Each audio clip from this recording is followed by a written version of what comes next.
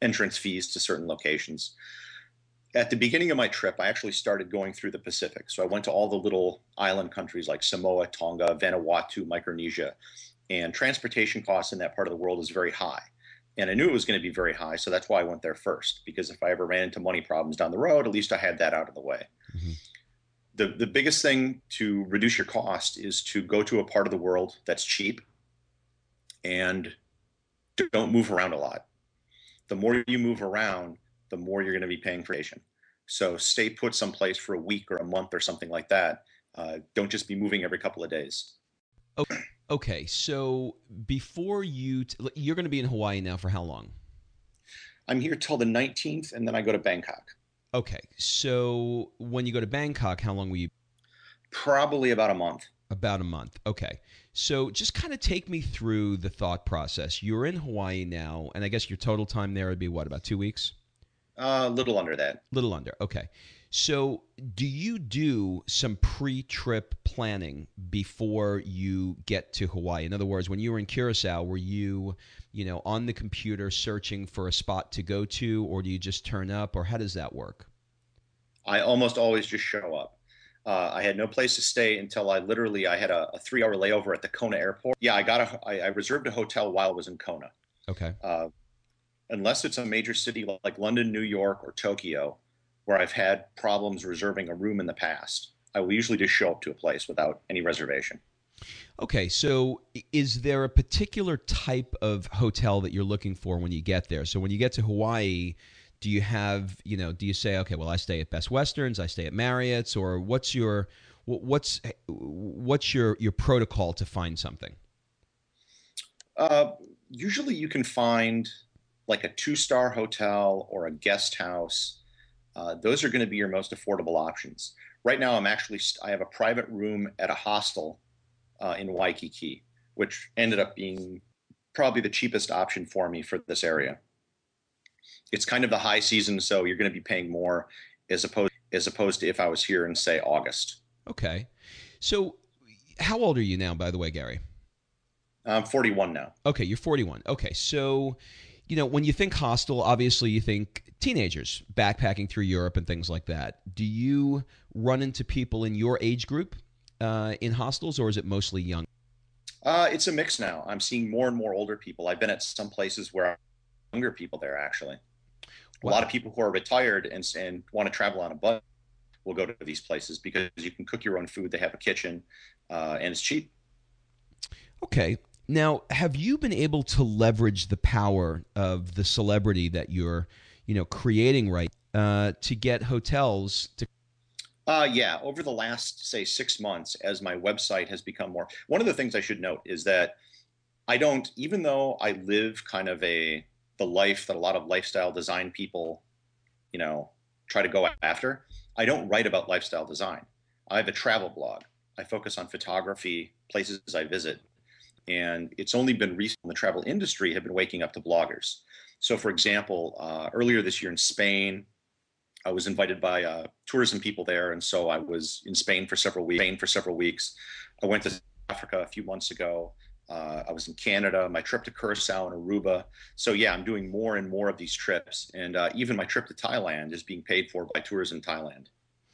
Okay, so is that something where you reached out to Tourism Thailand and said, look, I want to come there. I want to help promote you on my website. Will you take care of this, or did they? They come to me. They come to you. So you get an email saying, hey, can you come? And yeah, I very seldom.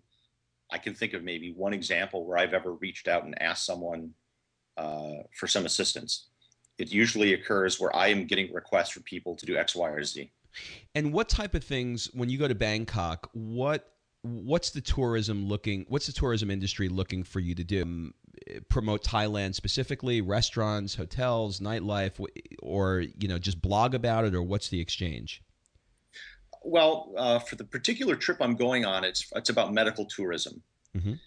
So if you're aware, you can go to Thailand and they actually have rather good doctors, and it's extremely cheap compared to what you'd pay in the United States, especially for very standard procedures like dentistry, things like that. Yep. So it's going to be to help promote that. And Thailand has had a lot of problems with, the political protests and such over the last year. So they're looking to, kind of restore their image. And I should say I was in Thailand for like 3 months earlier this year. So, and I was there during the protests. Mm-hmm. And unless you happened to be in the several block radius where the protesters were, you had no idea anything was going on. You, of course, only cared about that few block area, and that's what everyone saw.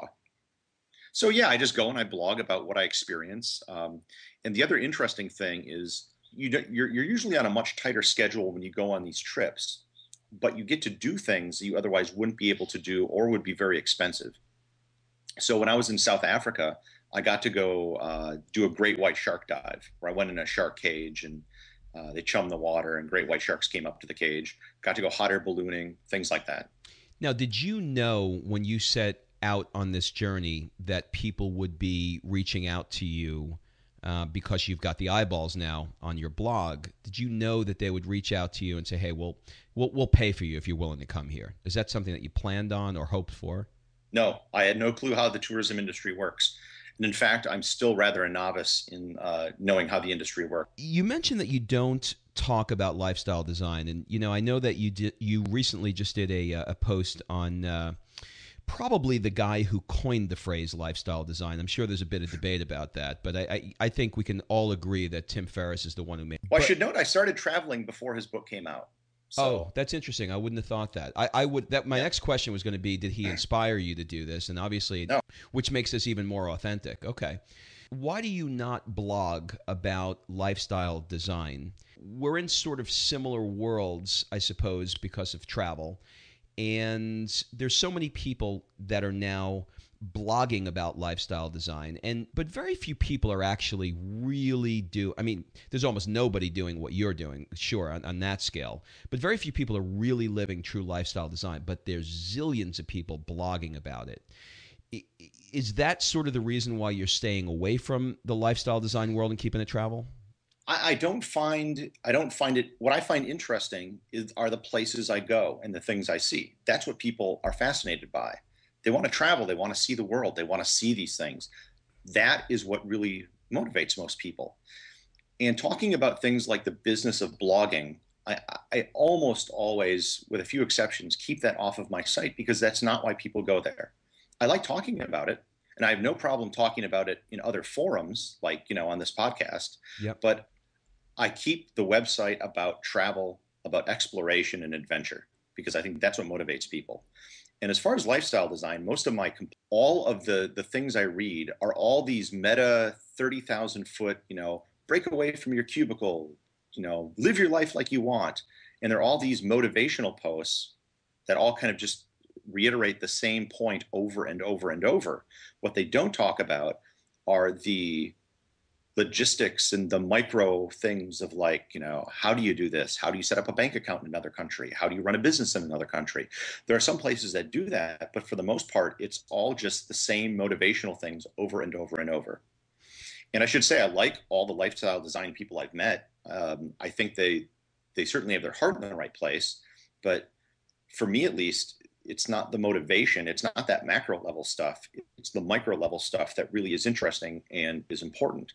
And you talked about Tim Ferriss, and I'll give him this much. When he does write about things, he writes about, weight loss or, how to hack a language or these how-to things that aren't just these mile-high motivational type posts. Okay, don't go anywhere. Hang on just 1 sec, and we'll be right back.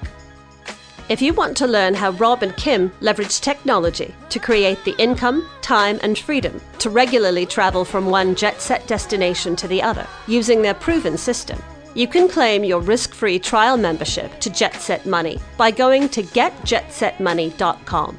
Here's Rob.